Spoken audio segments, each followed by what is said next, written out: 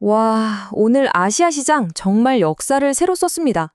특히 한국의 코스피가 그야말로 기록적인 고점을 돌파했는데요. 지금부터 이 놀라운 시장 움직임이 대체 왜 일어난 건지, 그리고 앞으로 우린 뭘 봐야 할지 한번 제대로 파헤쳐 보겠습니다. 네, 오늘 날짜 2026년 1월 23일 금요일 코스피 지수가 4,990.07로 마감했습니다. 아니, 장중에는 무려 역사적인 5천선을 타치했다는 거 아니겠어요? 정말 대단한 날입니다. 근데 여러분, 이 5천이라는 숫자 자체보다 더 중요한 게 있습니다. 바로 이 숫자 뒤에 숨겨진 거대한 구조적인 변화를 우리가 읽어내야 한다는 거죠. 오늘 왜 이런 일이 벌어졌고, 이게 앞으로 뭘 의미하는 걸까요? 자, 그래서 오늘 이 시간에는요, 이 5가지 흐름으로 한번 제대로 파헤쳐 보겠습니다. 먼저 오늘 시장이 어땠는지 보고요. 그 이유를 아주 깊게 분석해 볼 겁니다. 그리고 중국, 홍콩 상황까지 짚어보고 다음 달 전망과 구체적인 투자 전략까지 쭉 훑어보겠습니다. 네. 그럼 첫 번째 순서로 넘어가서요.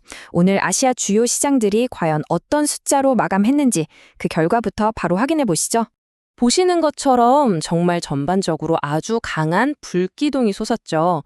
특히 기술주 중심의 코스닥 500 지수는 거의 4% 가까이 폭등하면서 시장 분위기를 완전히 주도했고요. 코스피는 진짜 모두의 예상을 깨고 사상 최고가로 장을 마쳤습니다.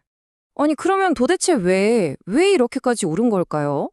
지금부터가 진짜 중요한데요. 이 숫자들 뒤에 숨어 있는 3가지 핵심 이론, 이걸로 시장의 속마음을 한번 들여다보겠습니다. 첫 번째 이론은 군터 디크 교수의 자본주의 4.0입니다. 이게 뭐냐면요. 쉽게 말해서 우리가 이제 더 이상 공장에서 물건 찍어내는 그런 산업시대가 아니라는 거예요.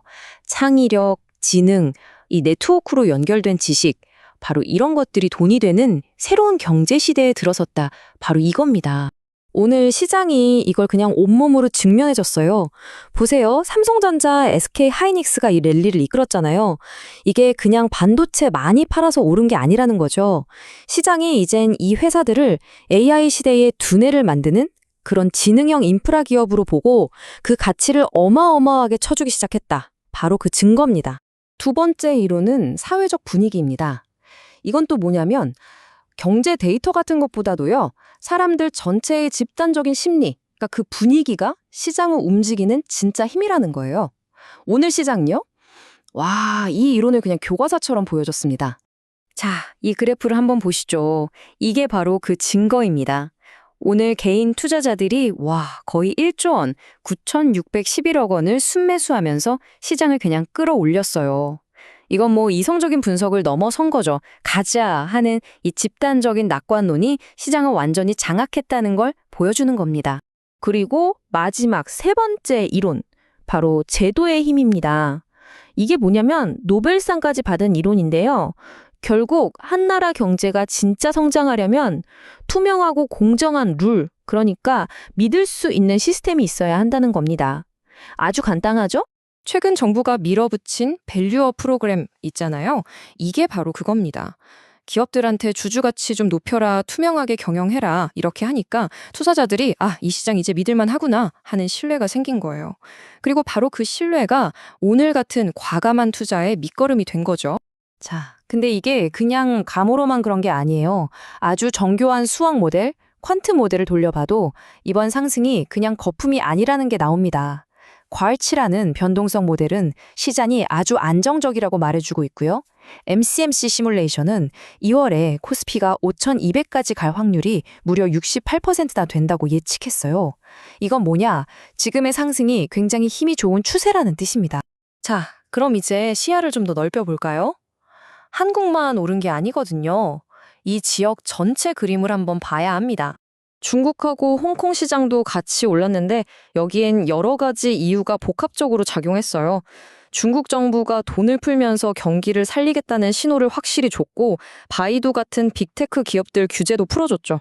이거니까 투자자들 마음이 풀리면서 해외 자본까지 다시 들어오기 시작한 겁니다.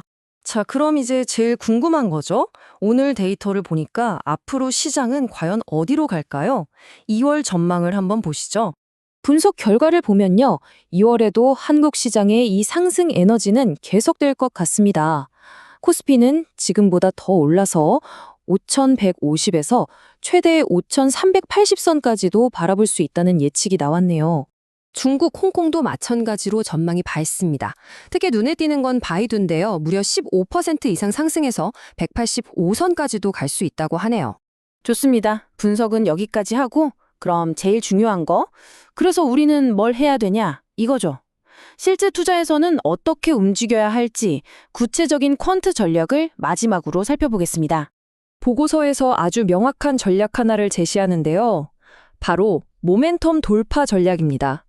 간단해요. 첫째, 코스피 200 지수가 평소보다 많은 거래량으로 어제 고점을 뚫고 올라갈 때, 그때 들어가는 겁니다.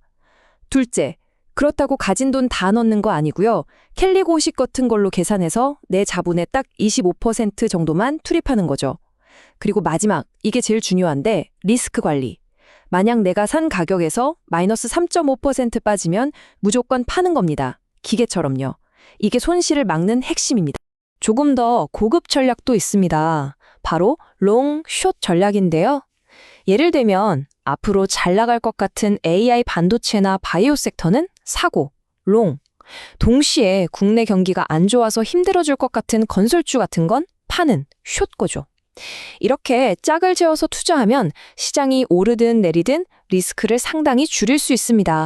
자, 오늘 내용을 한번 싹 정리해 보겠습니다. 결론은 이겁니다.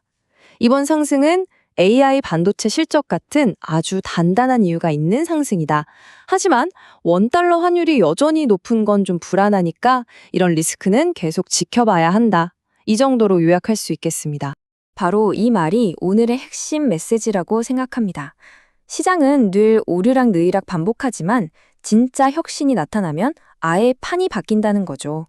그리고 지금 우리가 바로 그 새로운 판, 새로운 지도가 그려지는 순간에 서 있는 겁니다. 자, 이렇게 완전히 새로운 지도가 그려지고 있습니다. 그렇다면 앞으로 10년 동안 이 지도의 중심은 어떤 산업, 어떤 혁신이 차지하게 될까요? 오늘 이 질문을 마지막으로 남기면서 함께 고민해 봤으면 좋겠습니다. 오늘 분석은 여기까지입니다. 감사합니다.